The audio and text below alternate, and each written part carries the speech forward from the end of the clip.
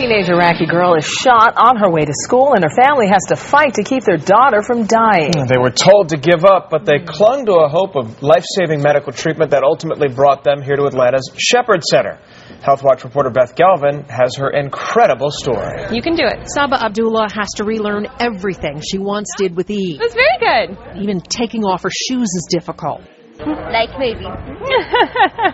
No, not like a baby. But for now, the 19-year-old Iraqi girl is just happy to be alive. A little over a year ago, Saba was living with her family in Baghdad and had just started college when a gunman fired into the bus she was riding to school. Her parents, speaking through an interpreter, say although she was critically injured, Saba somehow managed to call on her cell phone. And she said, I have been hit. They're killing me. When we saw the minibus, which is pretty much like a van, it was filled with bullet holes. And we saw that the driver was killed. All of the witnesses that were there said that she was very near to death. The bullet was very close to her heart. No ambulance or police came, so Saba's parents drove her to the nearest hospital. But it didn't have the equipment or the staff to treat her, so they carried her back to their car and drove to a second hospital. So we went to the biggest and best hospital in Baghdad. They wanted us to do a CT scan, but it wasn't possible to do a CT scan even at the best hospital. Even at this best hospital, doctors gave up on Saba's survival. So they would come and they would put the sheet up over her and say it is done, it is finished, and they would pull it back and say no, it's not.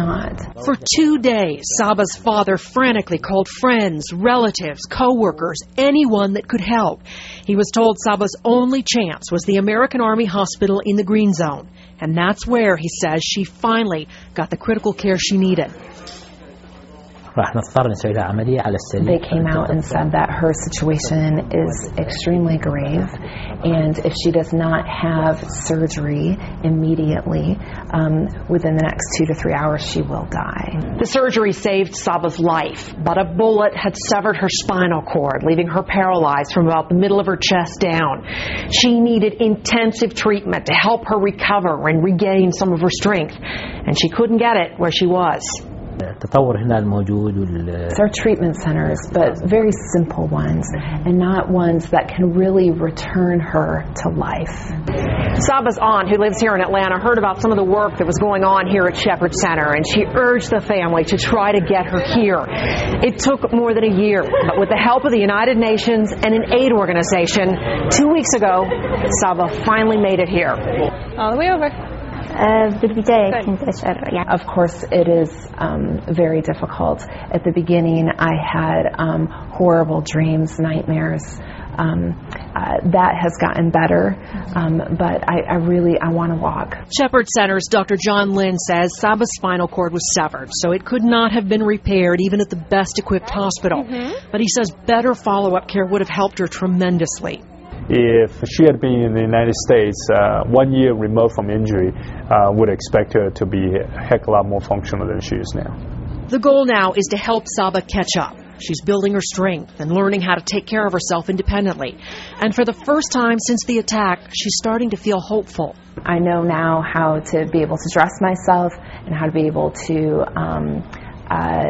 shower. Saba's doctors don't know how much function she'll eventually recover.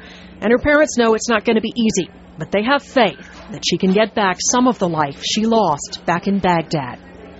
I wish that she would be able to return, that she would be able to walk, that she would be able to return to her studies, she'd be able to take a master's degree. Always hope is present. At Shepherd Center, Beth Galvin, Fox 5 Health Watch. Remarkable story. Tomorrow will be Saba's last day as an inpatient at Shepherd Center. She and her parents are hoping Saba will be able to continue therapy as an outpatient. For more information about Saba and the Shepherd Center, you can go to myfoxatlanta.com and click on the Seen on TV section.